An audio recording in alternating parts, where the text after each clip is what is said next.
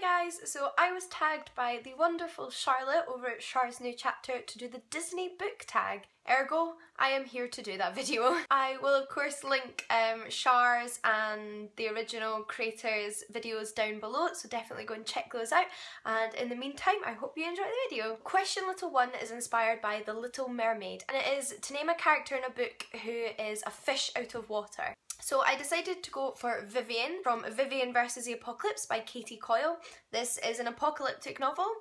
I mean, most apocalyptic novels end up with characters who are somewhat out of their element by the sheer nature of the story, but I think Vivian is such a shy girl who likes to kind of stand back from things and doesn't feel like she has much confidence, so I think her being the lead character of this novel is just great fun because she really has to come out of her shell and react to a very new situation.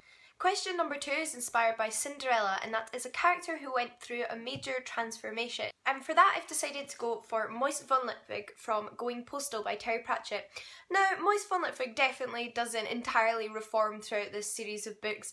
He retains some of his moral ambiguity, and he is certainly an anti-hero, but he does start off his life just before the beginning of these books as a con man, as somebody that kind of takes from other people and hides behind multiple identities, but during the course of this book is forced to become Moist von Lipwig himself, and although maybe not always with the greatest intentions, do some really good deeds. So I'm gonna go for Moist. Question number 3 is inspired by Snow White, and it is name a book with an eclectic cast of characters, and I have decided to go for Robin Hobb's The Dragon Keeper. I was torn between this and A Game of Thrones by George R.R. Martin, but I decided to go for this one. It is a multiple perspective story and series that follows a bunch of characters in their kind of quest to assist and follow the dragons to a new home. So we have characters including dragons, young people from very different backgrounds, sort of reclusive, educated young women, sailors.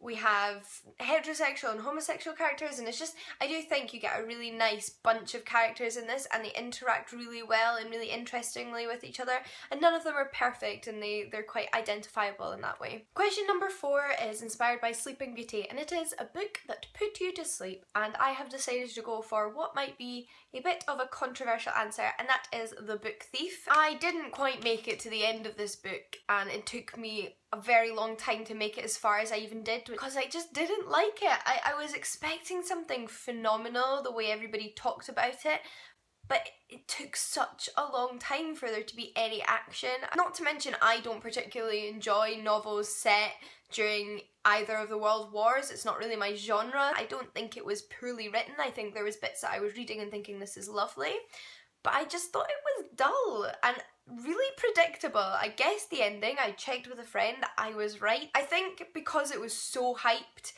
I just was expecting such big things and it really let me down. But moving swiftly on, question number 5 is inspired by The Lion King, and it is a character who had something traumatic happen to them in their childhood, and I had to go for The Boy in Room by Emma Donoghue. His name is Jack and he's 5 years old, and he's spent the entirety of his life thus far in this singular room locked up with his mother and never seen the outside world. So already you can tell he's not had a normal upbringing, and there's a reason that they're being kept there, so pretty traumatic.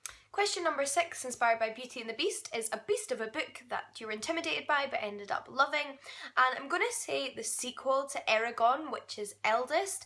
Now, I loved Eragon when I read it when it first came out when I was a kid. It took years for the sequel in this high fantasy series to come out, and by that point I was like, I feel like I've forgotten everything that happened in the first one, and this is huge, and I tried to start reading it and it was just so much information, I just couldn't do it. So it then took me until I was in my early 20s to actually read the sequel. I decided to start from the beginning, this is years and years later, and read all 4. I'm so glad I did though, and I'm so glad I consumed the whole series even if it took me a while because it's one of my favourites. Question number 7 is inspired by Aladdin, and it is a character who gets their wish granted for better or worse, and I decided to go for Eleanor from The Haunting of Hill House by Shirley Jackson.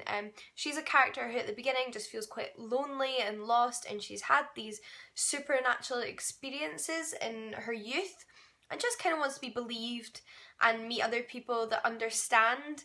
And she does. She ends up taking part in this experiment where a bunch of people who have experienced supernatural phenomenon get together in this house so this professor can study what goes on. Probably gonna say for the worse in this case. Question number 8 is inspired by Mulan, and it is a character who pretends to be something they are not. And I don't know if this is quite what the question is looking for, but I decided to go for Seraphina from Seraphina by Rachel Hartman, because she's definitely undercover in her own sense. She is hiding something about herself throughout the book from the people around her. She is working as a music teacher at the court, and nobody really knows that she's not exactly who they think she is. Question number 9 is inspired by Toy Story, and it is a character you would like to come to life. And I decided to go for Death from the Terry Pratchett series. This is one of the books he stars in called Reaper Man. And I decided to go for him mainly because if there is a death, if there's a Grim Reaper or someone that meets you in the afterlife, etc, etc, I quite like the idea that it's the same character as in Terry Pratchett's books, because he's just fantastic and really mellow, which I like. I mean, personally, I'm not a great believer in the afterlife. I like the idea that the death from Terry Pratchett's books would be the death that would meet me. Question number 10, the final question, is inspired by Disney Descendants. Your favourite villain or morally ambiguous character? So I decided to go for more of a morally ambiguous character, and that is Grace from Alias Grace by Margaret Atwood, who is a young woman in the 1800s in Canada who has been convicted of murder, and this is based on a real life murder that happened around that time and the woman that was convicted for it. But throughout the whole book, you have no idea whether she did do it or not. It's kind of like, is she a villain, is she not? But I like that, and I love that book. It's so good. But those are all the questions. I hope you enjoyed this tag. I suppose I should tag some people. I have no idea who has done or been tagged in this video, so apologies if I am re-tagging you, but I'm going to tag She Might Be Monica, Reads in Daydreams, There's Wallace, Shout Amy, and Sarah Churchill. And make sure to go and check out all these lovely young women's channels in the description box, and I will see you all again very soon. Bye guys!